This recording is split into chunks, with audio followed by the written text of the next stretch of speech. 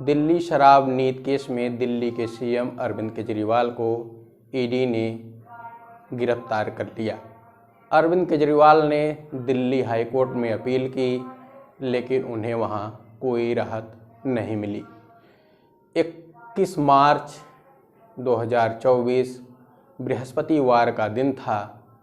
लगभग शाम 7 बज रहे थे।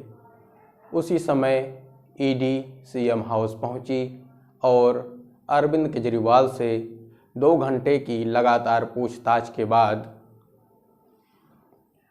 केजरीवाल को गिरफ्तार कर लिया गया। इसी बीच केजरीवाल की अर्जी सुप्रीम कोर्ट पहुंची, लेकिन केजरीवाल ने अपनी अपील को वापस ले लिया।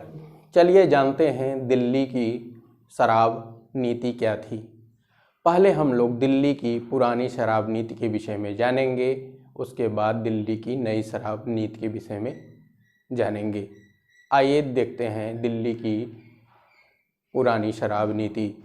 दिल्ली की पुरानी शराब नीति में 60% दुकानें सरकारी हुआ करती थीं, जबकि 40% दुकानें प्राइवेट हुआ करती थीं।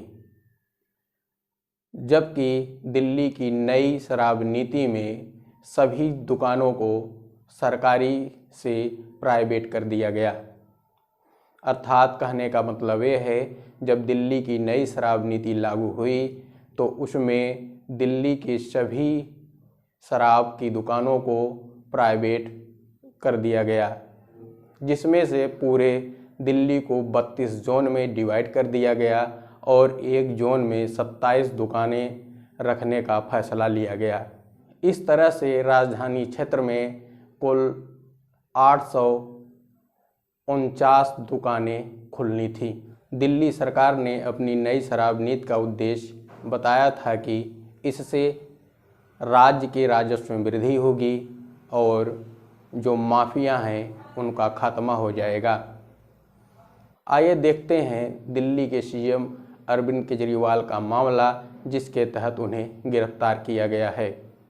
दिल्ली में किसी भी नीति को लागू करने के लिए नियम जो बनाए गए हैं, इसमें इसका उल्लंघन हुआ है। पहले हम लोग जानेंगे कि नियम क्या है।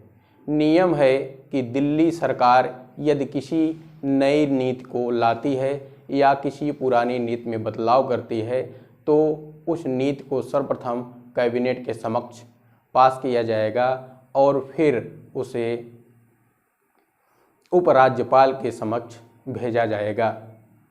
यदि इस नियम के प्रोसेस को नहीं माना जाता है तो यह समझा जाएगा कि दिल्ली उत्पाद शुल्क 2010 और वाणिज्य नियम 1993 का उल्लंघन समझा जाएगा।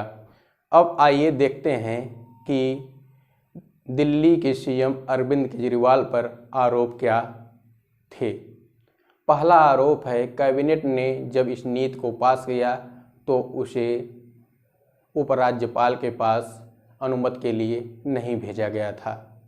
दूसरा आरोप है कि दिल्ली सरकार ने लाइसेंस शुल्क पर लगभग 145 करोड़ की छूट दे दी थी, जिससे भी सरकार के शुल्क में कमी आई।